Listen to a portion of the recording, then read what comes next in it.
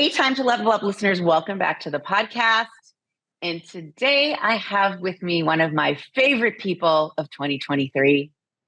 See, look, you could be on a cover, Andrea's favorite people of 2023, Maria Baer. And Maria and I worked together. Well, let's get real. She did all the work. I just did I don't know what I did, but I did something, but not much. She did all the work. She has a local company here in Indianapolis called the Baer Minimalist. And she is going to tell you all the things she does. But, she's a mom, she's a wife, she's a daughter, she's got 5-year-old twins. I'm just reading what she wrote here. She's a marriage officiant. Wait, what? We never, that's new. She is a world traveler. She's a business owner, and she is an amazing person who made my life or helped make my life. I'm not even going to say easier, but yes, easier. But it gave me great joy in hiring her and her team to do what they did when we were moving into our house, or she basically moved us into our house. We're going to get into all of that. All right. So I'm going to let you introduce yourself because I just gave the highlights. Tell us, who are you? What do you do? What's happening? Wonderful. Well, thank you, Andrea, for having me. I'm so excited to chat. I am the owner of the Baer Minimalist, and we are a local Indianapolis-based home organizing company. So that can mean a lot of different things. We help clients like you move into their homes. If the clients are local, oftentimes we help them prior to selling their house. So doing some of that editing work before you pack your boxes and get everything to the new space. We help clients who've lived in their homes for 20 years and just they're starting to think, even in their 40s or their 50s, they're starting to think about what happens to all of this stuff over the next 30 years. And do I want to, have my kids have to deal with this at some point? Or do I just get a little bit of a head start now, getting rid of some of the clutter? During the pandemic, it was fun because we got to help people transform spaces in their home that needed to become multifunctional, as a lot of people had their dining room become their office or their schoolroom or, 7 other things. And how did that function for them? And so we love working with clients who are motivated to make change within their home and might not know where to start. So we come in and we get to do all of the fun stuff like editing and figuring out the new system, implementing product, of course, labeling, and kind of handing it off to them. Love it. Love it. So, okay. So here was my scoop. So when we built this house, as anyone who's been listening to my podcast know that. So we built the house and, you don't quite know when it's going to be ready to move in until you get closer. So I would say in about August, they said to us, all right, middle of October, it's going to be ready. So in my brain, I start to look at the calendar, start to do some math. I'm like, okay, so my book is getting released on September 23rd. And this house, we are taking control of it on October 13th. And I am running a retreat for my mastermind people on October, whatever it was, 24th. And I'm actually going away for another week, right before, from the 16th to the 24th. So there was math in there or like calendaring in my brain. But then there was also the fact that I, at this point, was really exhausted. I was exhausted of the build itself. We had been living in an apartment. I was, writing this book was no small feat. There were lots of things happening in my life. And I thought, all right, I am going to pull an Andrea and listen to Andrea's own advice. And part of thinking big, one of the tenets is securing support. So I'm pretty good at it, but I asked my designer who I really trusted. I was like, I think I need someone to help us unpack and organize this house. Who should I use? So she said, I've heard great things about this Maria person. I think you should call her. So that's all I needed. And I called. And so in our case, we had movers move everything out of our 2 storage units and out of our apartment and dump it in our garage. And then Maria came in and she looked in there and probably had a heart attack. I don't know. You can tell me. Wow. But a little small heart attack. And then I left and said, have fun. Yes. I don't know, whatever you think. I mean, that's in my brain, that's kind of what happened. In your brain, what happened? What do you think? Is that what happened?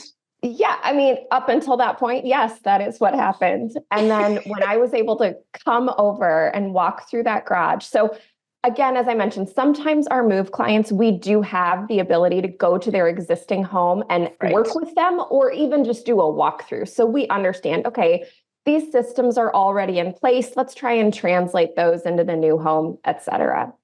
In your case, though, or in our case working together, I didn't really see anything until it was dropped in your garage. And so I came over and then it was in a box, and then you really didn't even know it was in a box. And you don't know how people pack. We have unpacked from, movers or from individuals who've packed their own items where everything is so carefully packed. And so there's a lot of packing material, but not a ton inside of a box.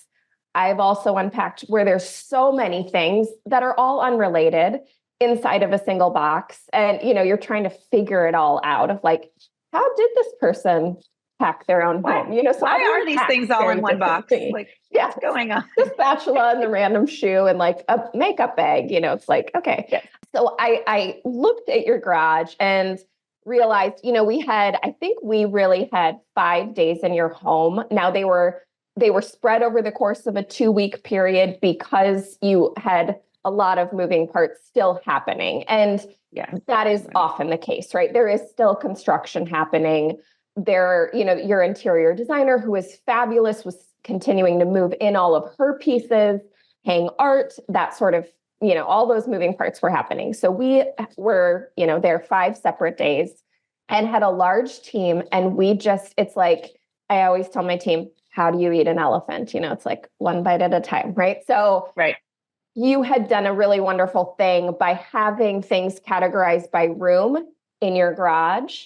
But when we unpack for people, it's like, we cannot put one thing away in the kitchen until we see everything that needs to go in the kitchen. And so we had to unpack room by room, every single box before we could start putting things away. And so it is incredibly overwhelming. I think your move was awesome because honestly, because you guys weren't there were pros and cons.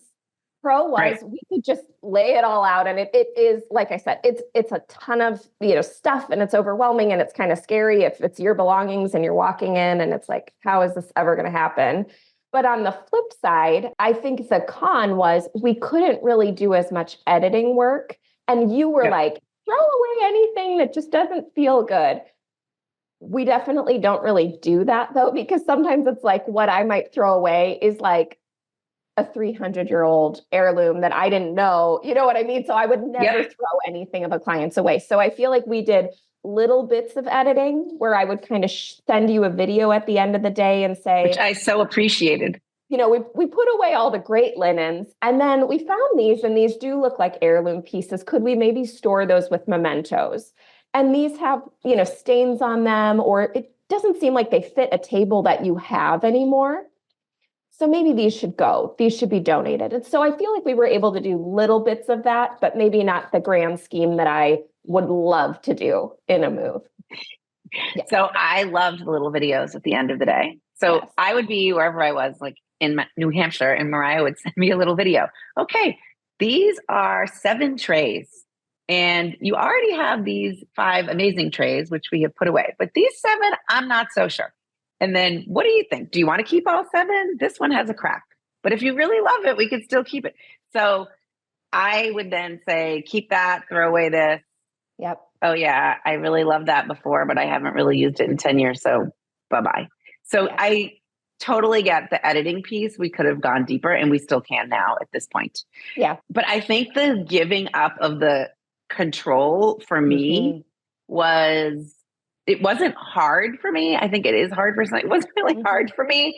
It was actually kind of freeing in the sense that this was one thing. Like, I was on decision overload. So it was really one thing where I could just be like, there is no great place for anything because nothing's ever been in this house before. The shape and feel and all the cabinets in this house are totally different than the cabinets I had before. So it wasn't even like I could say, oh, that goes over the sink, because maybe there's no cabinet over the sink anymore. So just relinquishing control and decision-making power to me was awesome. It was so great. So I totally, totally appreciate that. What do you think the best parts are of having someone come in to maybe not just unpack, but the organizing piece of it? Let's talk about the organizing piece of it. Because when I take people on tours of my house, I open the closet in the laundry room. I love it. I'm like, look at this. This is so good. And I'll open my drawers. Like, look at this drawer. It's part of the tour. It's part of the tour. That gives me so much joy to hear that. I mean, organizing, I have always been I am like a type A perfectionist type of person. And so for me, organizing has always been a way to really have control over my space.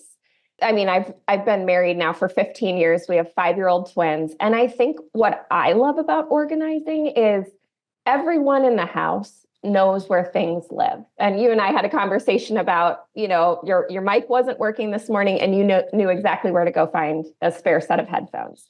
That's how things function in my house too. It's like, it takes the guesswork out of the day. I think when your closet is organized and it's filled with things that you love and you wear and they fit you, they're tailored appropriately, it's a lot easier to get dressed in the morning. When your pantry is stocked with food that's not expired and that, your family is actually eating, the snacks are reachable for the kids.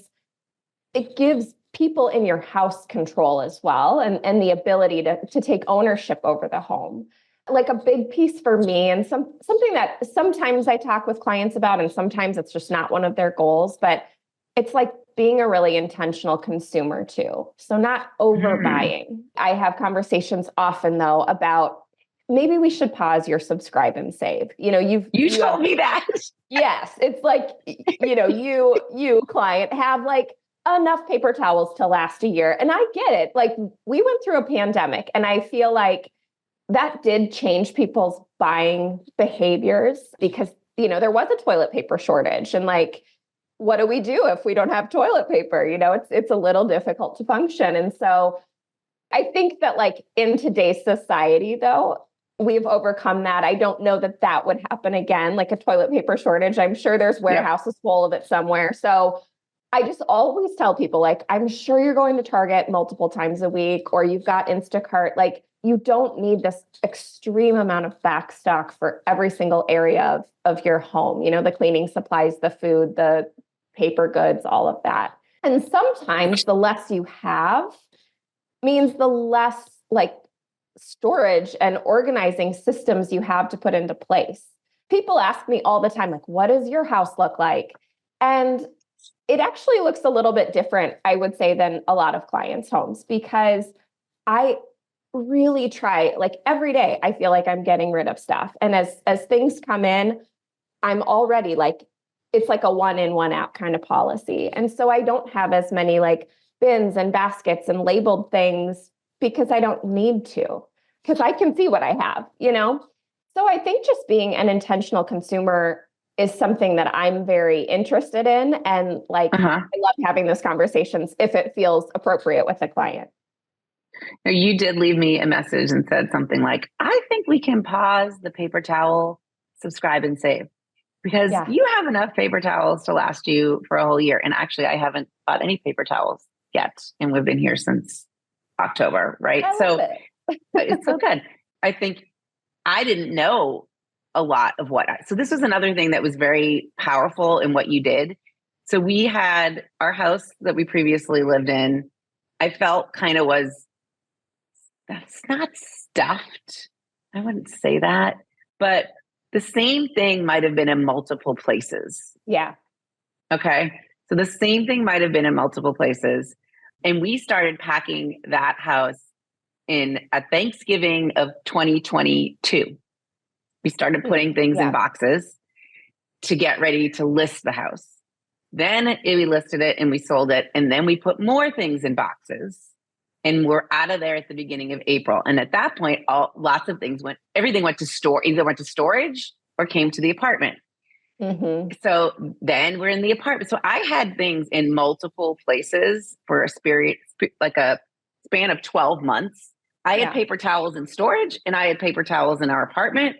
And I probably had paper towels in storage 2 times because I put some in storage in November and I put more in storage in April. Yeah, So exactly. when you finally unpacked everything, and I could see the same sort of things all together, that was amazing to me. And it really did help me simplify, kind of become a bit even more intentional consumer because everything, all the things that were categorized, there's a one spot in the house for all of them. And I so appreciated that. So, all right. So I would say, I'm like writing down key points because I always love to make key points. Intentional consumer, you're giving everybody in the household, when your house is organized, everybody has control. Everybody knows where things are, which I then think also creates space in your brain to do other things. And then one other thing I just thought about was the decision-making. For me personally, relinquishing or saying, hey, you make all the decisions or as many decisions as you can for me was key, was totally key. And I think you and I had this conversation. When a client is not as involved, or we're doing a move in general, it's like, we're not going to get it perfect. It is impossible to perfectly unpack someone whose home is completely different than the home they moved from. And so there's a lot of, just like, this is the logical storage spot for this.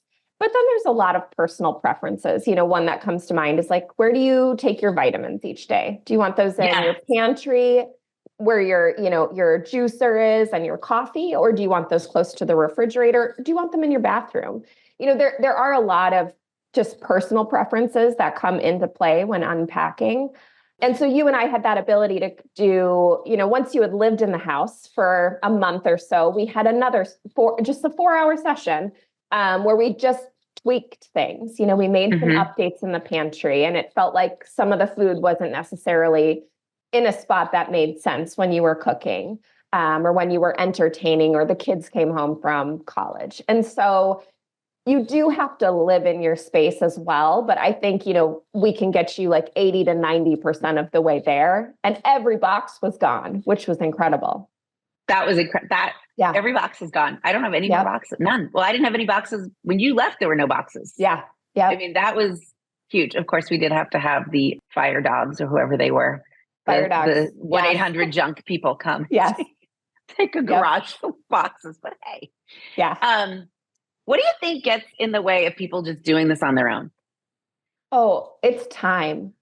I always tell people that. I mean, it's on our website too. It's like, we're like another you, only one with no distractions, right? So I feel like many of our clients, they could do this on their own. I mean, frankly, I could do this on my own in my own house. And yet there are still a gazillion projects that need to get done, because it's like, you're just kind of drained at the end of your work day. Or if, you're a stay-at-home mom spending the day with the kids, it's like, you're not going to carve out 4 hours to go through your pantry or, organize your closet or something like that. There's so many other things that you should be rewarding yourself with at the end of the day, unless it's your passion to organize, or it gives you that stress relief. So I oftentimes think it is time. And when people can have a session on their calendar, a 4-hour block, we come in, they tell us the goals. Many clients are involved in the process. Sometimes they're not at all, but something is accomplished during that time, because we're not getting sucked away by a phone call or running a quick errand or flipping the laundry over, or, a kid having a meltdown or whatever it is. I take Tuesdays off with my kids. We have Adventure Tuesdays together. And I always tell my husband, I'm like, you come home and the house looks the same as when you left 8 hours ago. And yet I have picked up 700 times in between that amount of time. So I get what that feels like, having kids at home. And I mean, it just takes so much effort to just kind of maintain. There isn't time to get big organizing projects done. One of the other things too is I think just a fresh set of eyes. I always tell clients, I'm not here to tell you to get rid of your things. but I'm going to ask you about them. And clients make the decisions. I'm not encouraging people to get rid of things. I am encouraging people to think before they buy. But once it's in your house, you have invested in it. So if it's serving you or it's important to you, that's fine. But I think just going through that exercise with people of like, let's open the holiday decor and let's think about what goes out for each season and what stays in that box year after year after year. And why are you keeping it? And then they tell me. And sometimes they say, you know what, I bought this in the Target dollar spot. And yeah, I'm never going to put it out again. My kids are older. Let's donate it. And in other cases, it's like, I'm never going to put it out, but it was my grandma's. And so it's important to me. Right. Let's keep it. It became easier it's been easier for me to get rid of things now that everything is organized. Good. So maybe we didn't do a lot of editing, in the upfront, but sure. I've done a lot of editing since then because I can see it all. Yes. And we do have on our website, we have an incredible donation guide for Indianapolis. And many of the organizations are national organizations as well, for your listeners that aren't here. And so that I think sometimes is a freeing thing too, right? Like this item that I'm ready to pass on is going to go directly into the hands of someone that needs it today. And there's just so many deserving organizations across the community. So we really like to push that to clients when they have, a lot of donations. I love that. All right, let's switch gears a little. Talk to me about being a business owner. Yeah. So I feel like... What was your journey? How did this even start? I don't even know if I even really know that. Yeah. So I'm originally from Minnesota, and I met my husband junior year of college. He's from here, Indiana, and we both studied abroad in New Zealand. And so that's where we met. And we did long distance our senior year of college, and then I moved to Indianapolis. But my background was broadcast journalism. I wanted to be a news anchor. But when I moved to Indianapolis, I started working for a company where I did meeting planning and event planning, mostly in the pharma industry. And so I feel like that really tied into like me being very organized and organizing events, meetings.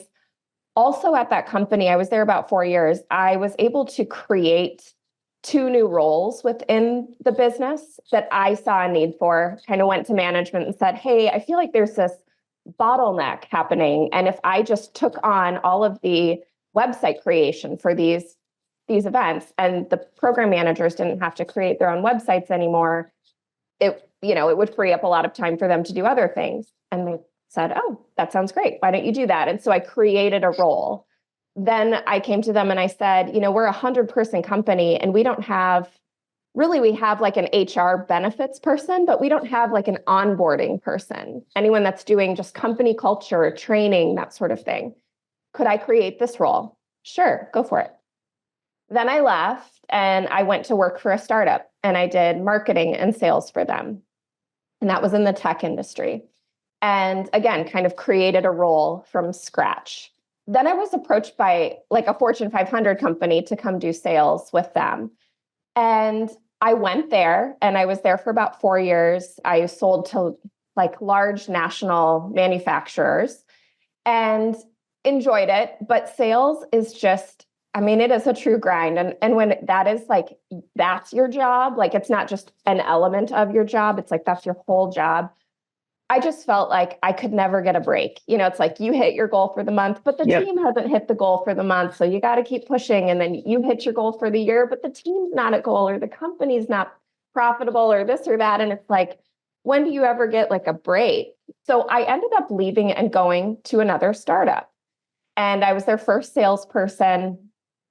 And I remember sitting on a call and we were creating a tech platform, but it wasn't live yet. And I was selling this dream of this tech platform that was going to come out, but I was actively selling it. And so I remember sitting on a call one day. I had the CEO, chief marketing officer was on the phone as well. And we were talking to a business about them utilizing this platform. And both the CEO and the CMO were like, yeah, of course we can do that. Yep. Yep, that is part of the service package.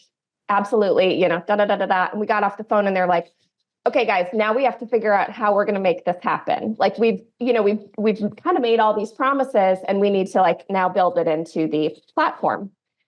And it dawned on me. I was like, oh my gosh, like my entire life, I have thought in order to start a business, you have to understand everything and you have to have it all mapped out. And you don't like, and honestly, like the more honest you are with people, hey, we've never done a move of this size.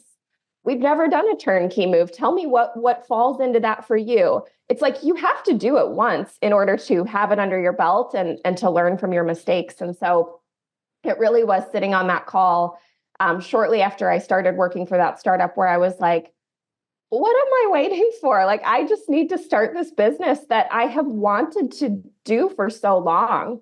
So it was neat because I went to them, to the owners after working there for about a year and a half. And I said, I really want to start my own business. And I was a little nervous about like not having income for a while. And so they let me stay on for 6 months with the intention of going down to a part-time role with them. So I had more time. And I took that 6 months this was back in 2017, to do some trial work with friends and family. So I had some photos to show. I built a website. I got business insurance. I became certified as an organizer. For me, that was important. Like I knew those things needed to be done in order for me to feel really good about it. And for me to say, this is a business. It's, I wanted it to feel like a business from legit. My launch it needs day to be legit instead of like, hey, this is just like something that I'm trying. Like I wanted it to feel like a business more so for me than for anyone else. But yeah, I launched in 2017 and I worked by myself for a long time. I brought on a couple subcontractors, but then when the pandemic happened, things changed a little bit. But now I have a team of 7. So. Wow. Okay. Yeah. So how do you balance working on your business and in the business? Because you are, you're out. It's not like you're behind the desk doing all of the, yeah. Well, you and I talked a little bit about this when you were here. Yes, we did. It's interesting. I feel like one of the things I have had to do, because I do feel like I'm a go-getter and I like want to build something incredible. I also feel like I am in a time of my life where like my attention needs to be on my kids too. Mm-hmm, and so I don't necessarily feel they're still in preschool and they're off one day a week. I don't necessarily feel like this is the year to just like go crazy, as much as I want to. Like sometimes I feel like I'm like, okay, they're almost in kindergarten. And when they're in kindergarten, like I can do this. Last year we had full-time care and they were in school. And so I did have an admin day each week. So I had like 8 hours one day a week to work on the business. This year, I knew that wasn't going to happen this school year. And so what I did that has just been so helpful, especially as we've grown, is I hired an external operations company. So starting in January 2023, I brought on a business. They're local here in Indianapolis. Source Up is their name.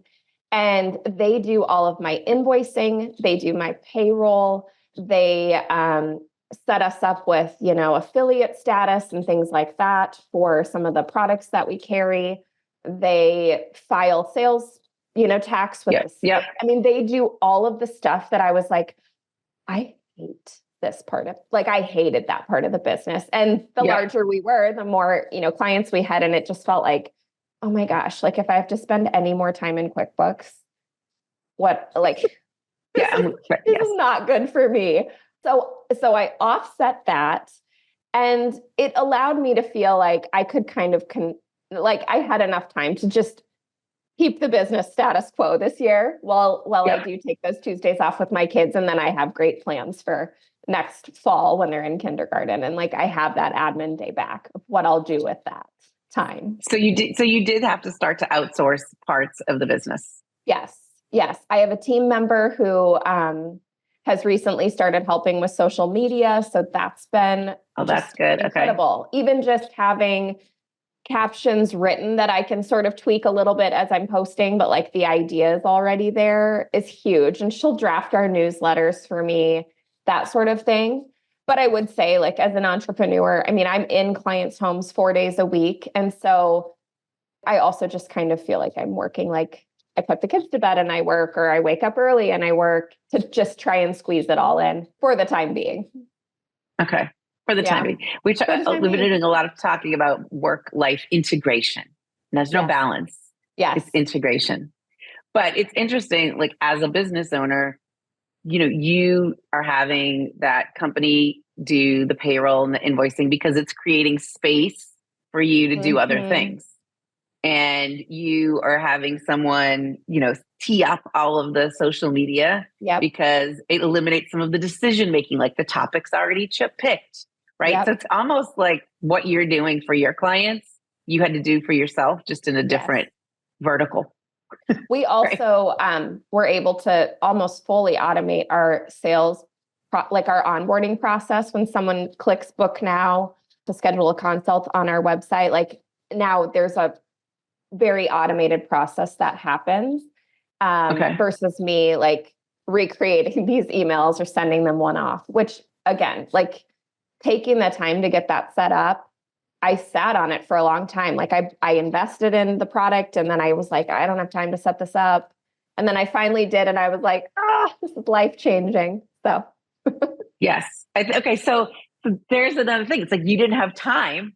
Why do people not organize their houses? Because you said, because it's time, right? Yep. Why did you not organize your business? Time. Yep. It's the same thing. Okay. So I always find people's journeys as business owners intriguing. And I think we can learn something from listening to everybody's story and realize that we're not really alone. Yeah. We're not really alone. We're not really alone. Although it can sure feel lonely. I was listening to your podcast about like lonely, being a business owner, feeling lonely. And I was like, yes, I hear that. And it's interesting because you're physically with people all the time. Yeah. But yet you're the owner, you're in charge. And I think that's the lonely part in the sense, like you're in your head with your own thoughts. Yeah. They can be intense. It can be intense. It can be intense. Like, I find that in myself. Yes. Okay. So moral of the story, I think, is number one, it is worth having someone help you organize your business and your life. Both of those, right? Because it gives you back time and space. And then once that is done, you feel much more in control. And our brains like being in control. Yeah. And we have clients where we work through spaces and we never go back. They are fine maintaining it. And then we have other clients where they are on more of like a maintenance schedule where maybe we go quarterly or we go twice a year. And, that works for many people. It's just like, oh, I know they're coming. And like, we just reset the house from top to bottom. And that can feel really good too. Well, we need to schedule a time for you to come back because now I have some things that need to be not really reorganized, but more probably of the edit piece. Yeah, I would love that. Because I think I am going to put in the show notes some links to some photos of my laundry room closet. Oh, yeah. Yeah. And the other fun part that I love to show people is in our basement, in our lower level, there's a storage area where the ceiling's not super high. And Mariah and her team put up this shelving, and everything has there's bins on the shelves and they're all labeled. And it's just this, I don't even know. I will put a picture. I don't know. What do we even call that space? Like organized storage space. Yeah. So good. My drawers, I will put pictures, people. Okay. I will put pictures so you can see it. All right. Ready for the speed round of questions? Oh, sure. I'm gonna ask. Okay, here we go. 3 questions. Number 1, what are 3 things in your refrigerator right now? French fries that we brought home from dinner last night, almond milk for my latte every morning, and so much cheese. So much cheese. Cheese. Okay. We all love cheese. I'm going to interrupt this. So also in my refrigerator, everything is organized. I'm just going to throw that out there too. Yes, that is life altering. That is life altering. Next level when we organize a fridge, but boy, it's so satisfying. It's next level. It is. All right. 3 things in your car. 2 car seats, my step ladder, and a ton of donations that I need to drop off on my way to my client's house today. Okay. Love that. Step ladder. I have some awesome step ladders too. I gotta say that care of Mariah. All right. Last question. How do you want to be remembered? Like, if someone said that Mariah, she was what? I think that the way I would love to be remembered is just like giving, I feel like the donation guide is like my gift to the community, providing all of these organizations with, a little bit more exposure. Sometimes they don't have, like a ton of time to spend marketing, but they have these great needs. And I think it's a gift to my clients that they are now aware of all of these organizations and the community, because anyone can access that. And I hope my clients feel that way. And I hope my kids and my husband feel that way too, about like my time, Yeah. That I, try to make things fun and all of that good stuff. Well, I definitely felt like a recipient of all of your gifts. So thank you. Thank you. As I said, one of my favorite people of 2023. Here she is. I love it. And I can't wait for that magazine cover. Yeah, it's coming out. It's coming out. How can people find you or follow you? You should. Okay. Even if you don't live in Indianapolis, you need to follow her on social media because the pictures alone are very inspiring. Tell us. It's so fun. Where can they find you? On social, which we just post on Instagram and Facebook. It's at the Baer Minimalist, and Baer is BAER. Yeah, our website is www.thebaerminimalist.com. All right, awesome. And I will put all of that in the show notes. Thank you. This has been a pleasure in so many ways. Likewise. So fun. I mean, I'm telling you guys, can you feel the enthusiasm? What you did was a huge gift to me.